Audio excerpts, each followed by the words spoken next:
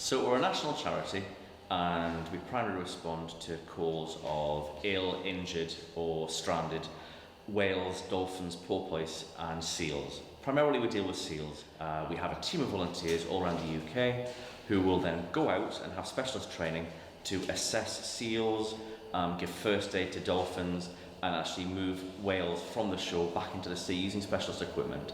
So we're kind of the only charity that does that really in the UK and have the equipment and training to do so. Here we're working in conjunction with Tynemouth Aquarium where we have a seal rehab centre. Before we got access to this, we were moving seals great distances. If we get a seal that gets reported and it does need rescue, then we were picking it up and we were taking it to rescue centres in Scotland, in Scarborough, in Norfolk. We have this unit here where we can deal with about 6 seals at the same time. The climate change is having more of an impact on the cetaceans. We're seeing more cetaceans that are maybe out of their area that are getting impacted, whether that's due to changes in the the Gulf streams being changed, being changes to the water. A few degree change in water temperature can have quite a devastating impact on the ecosystem, with new predatory animals coming in that wouldn't normally be there because of the change, and certain animals moving out.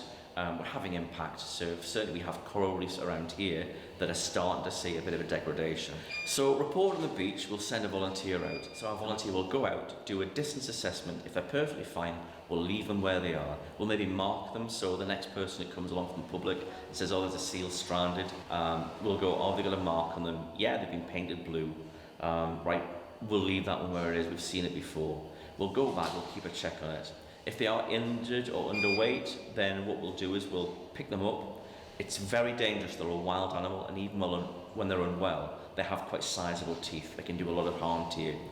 So you need to have training to do that. We'll pick them up, take them to a vet, get them an assessment, any medication prescribed for them, and then we'll bring them in here.